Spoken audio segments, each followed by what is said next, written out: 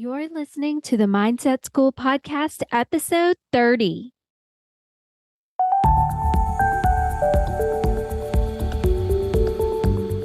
Hey, friends, welcome to the Mindset School Podcast with Peggy Easterling, where we learn to smile authentically from the inside out.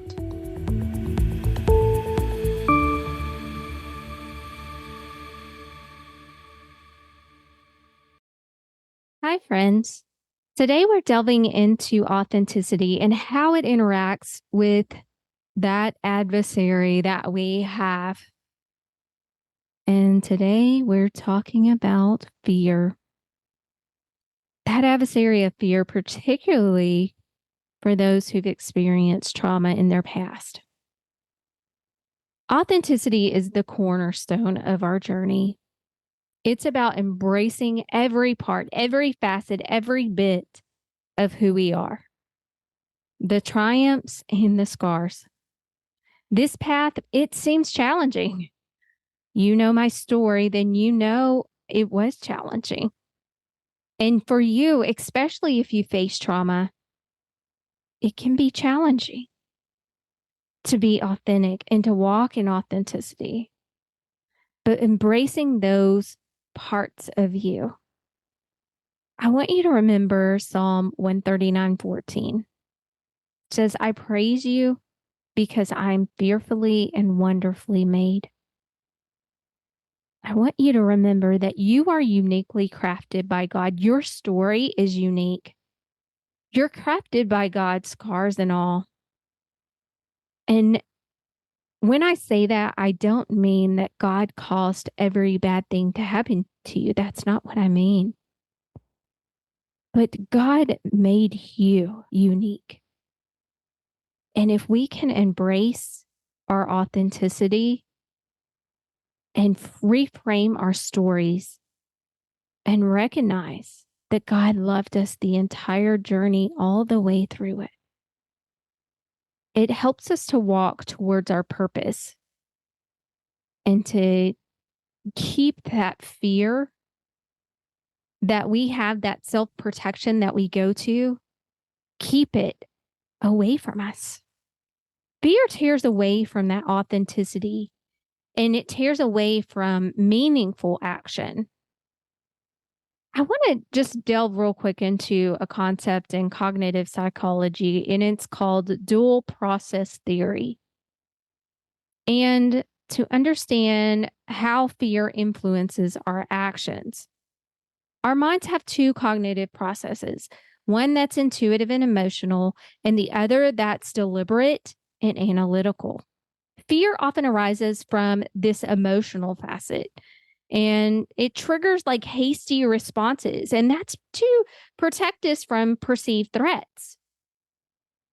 I was in a car wreck, and in this moment, I needed to react quickly. I needed to respond quickly to the situation. And had my body not went to that quick response automatically, and it went to all the memories that I had in order to analyze everything before reacting. It God knew best when he created us to have both of these things in our lives. But our brains will protect us from things that are not threats, especially if we have had trauma in our past.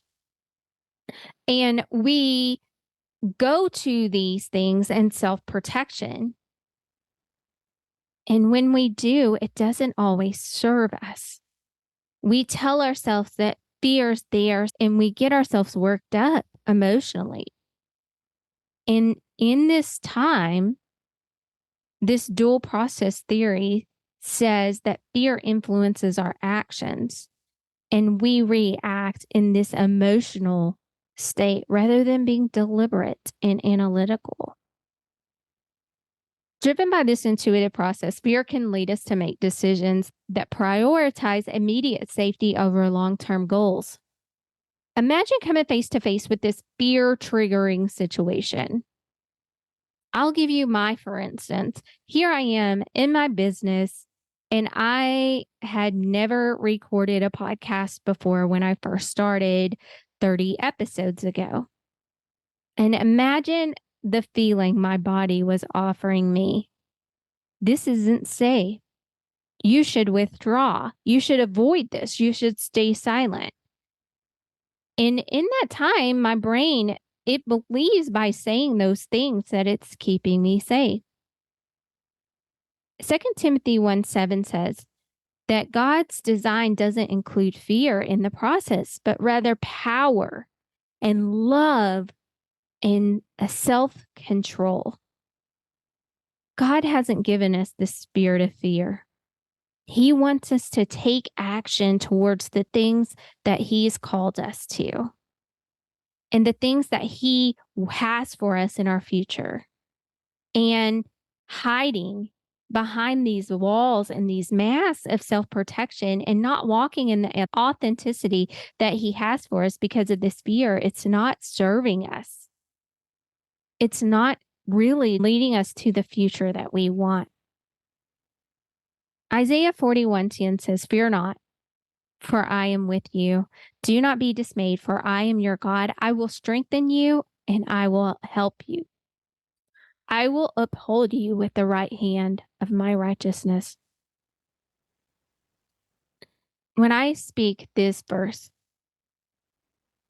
I'm reminded of the time that I memorized it.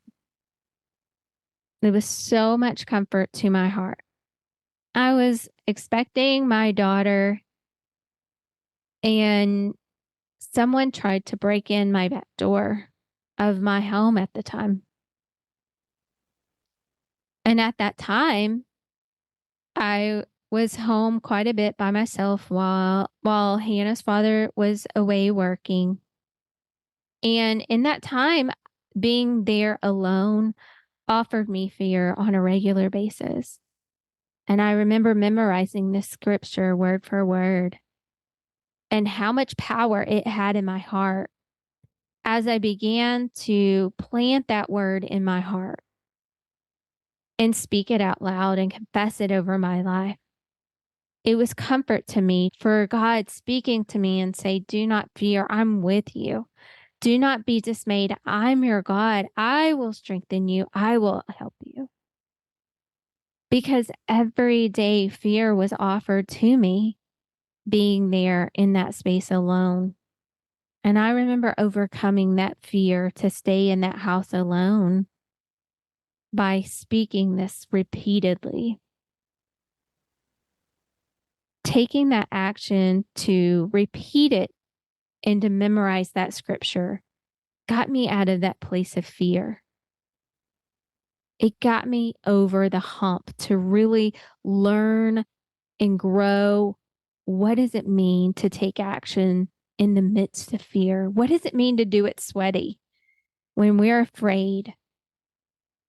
That space, that place that we have, we can go to our fear and self protect, or we can come out from behind that mask that we're hiding behind and truly be who God's created us to be.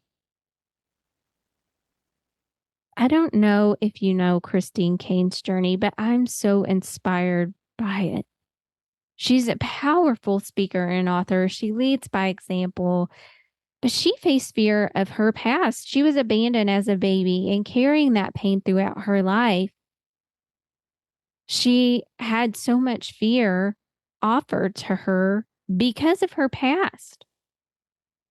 And the beauty of her story is that she embraced authenticity and leaned into her faith and God's promises for her life. And through God's strength, she co founded A21, a global anti human trafficking organization, and propel women to empower women to live authentically.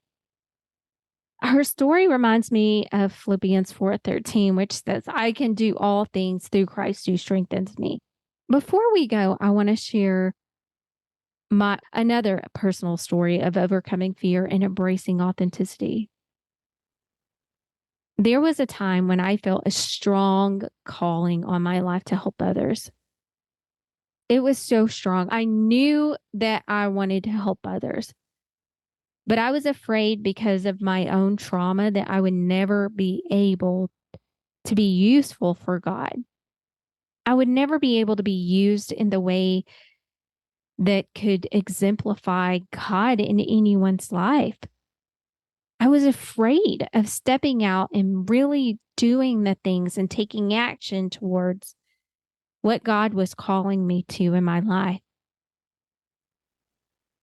I was hiding behind walls and masks because of my trauma and pretending to be something that I wasn't, because I was shoving all of my true emotions inside and not processing any of the negative emotion in my life and the negative experience, and reframing those and giving those to God and leaving those at his feet.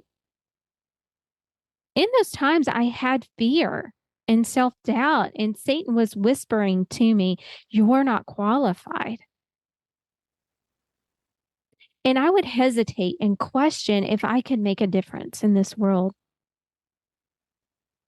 I'm able to lean on Jeremiah 29:11 today that says, "For I know the plans I have for you, declares the Lord. Plans for welfare and not for evil, to give you a future and a hope." I found courage to step into the call that God has on my life and embrace authenticity. And that means admitting the fears and continuing to do so. I'm not afraid to tell you that I still face fears today, but I am allowing God's purpose to guide me. I'm allowing that why that burns within my heart to show others what women who have gone through trauma, how far they can go when they just lean on and trust in God. The possibilities are endless. We truly can do all things. If we begin to step out and take action, pull down our mask and walk into that authenticity. I know we're going to have to do it sweaty. I know we're going to have fear. It's going to be there. It's going to be offered to us. But if we will take steps in the midst of this, it truly will begin to form these new neural pathways in our mind and plow out the pathway where we can walk in peace with God and sit at that table in the presence of our enemies and truly know who we are in Him authentically.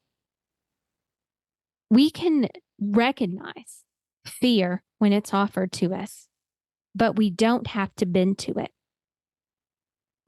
We can seek guidance from leaders in our life and let them help us along this journey. We can challenge negative thoughts as they come and embrace this journey and this process. I'm here to walk alongside you. I thank God for His word, that we have it as our guide. I'm thankful that we can embrace authenticity and overcome fear together as we surrender the basements of our heart to God and begin to journey towards His purpose for our lives and take action towards Him.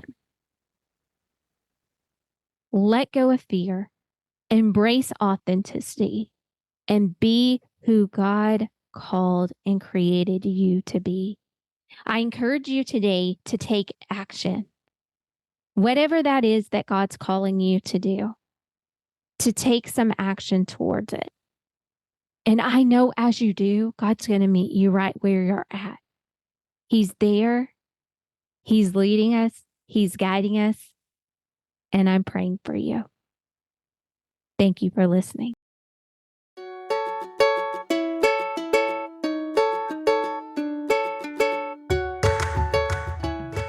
As always, don't forget to subscribe so you won't miss an episode. If you like what you heard, I'd love to know.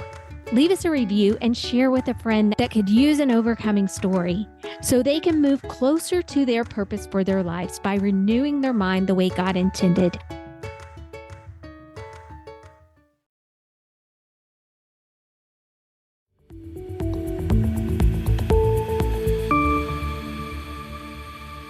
Friends, thank you for listening. You're now done with step 1 of growing together at the Mindset School. Head over to themindsetschool.net and grab my free download where I share 5 tips when you can't hold it together anymore and continue your journey to smiling authentically from the inside out.